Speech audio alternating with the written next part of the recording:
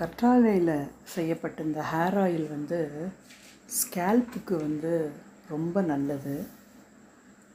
இப்போ எங்கள் கம்பெனிலேருந்து கத்தாழை, வெந்தயம், கோகோனட் ஆயில் இதெல்லாம் சேர்த்து ஒரு ஹேர் ஆயில் நாங்கள் செஞ்சுருக்கோம். இது தலையில் இருக்கிற பொடுகு, அப்புறம் டை சில பேர் யூஸ் பண்ணும்போது அந்த ஸ்கேல்ப்பில் வந்து ஒரு அரிப்பு இருந்துக்கிட்டே இருக்கும்.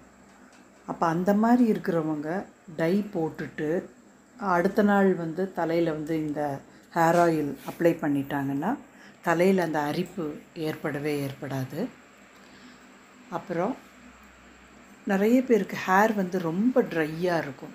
அப்போ அந்த ட்ரையாக இருக்கிறவங்களும் இந்த ஹேர் ஆயில் யூஸ் பண்ணும்போது தலை வந்து நல்ல ஷைனிங்காகவும் சாஃப்டாகவும் இருக்கும்.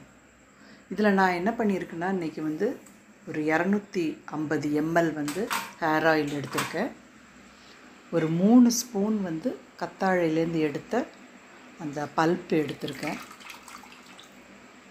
2 ஸ்பூன் வந்து வெந்தய பொடி போட்டுக்கலாம்.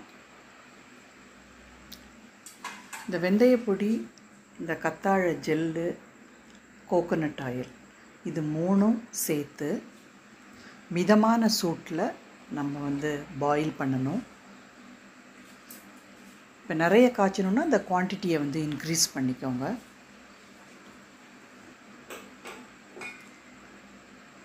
இது வந்து சின்ன வயசு குழந்தைங்களுக்கு கூட யூஸ் பண்ணிக்கலாம். நீங்கள் தலையில் சில பேருக்கு ரொம்ப குழந்தைங்களுக்கெலாம் கூட அந்த பெயின் எல்லாம் தலையில் வந்து அந்த இடமே அரிக்கும். அப்போ அந்த மாதிரி இருக்கிற குழந்தைக்கு கூட இந்த ஆயில் அப்ளை பண்ணால், ஏன்னா நம்ம வந்து இந்த ஆயில் வந்து நல்லா கொதிக்க வச்சதுனால இது குழந்தைங்களுக்கு சளி பிடிக்காது. தொடர்ந்து இந்த ஆயில் யூஸ் பண்ணும்போது இச்சிங்லாம் கொஞ்சம் கொஞ்சமாக கண்ட்ரோல் ஆயிரும்.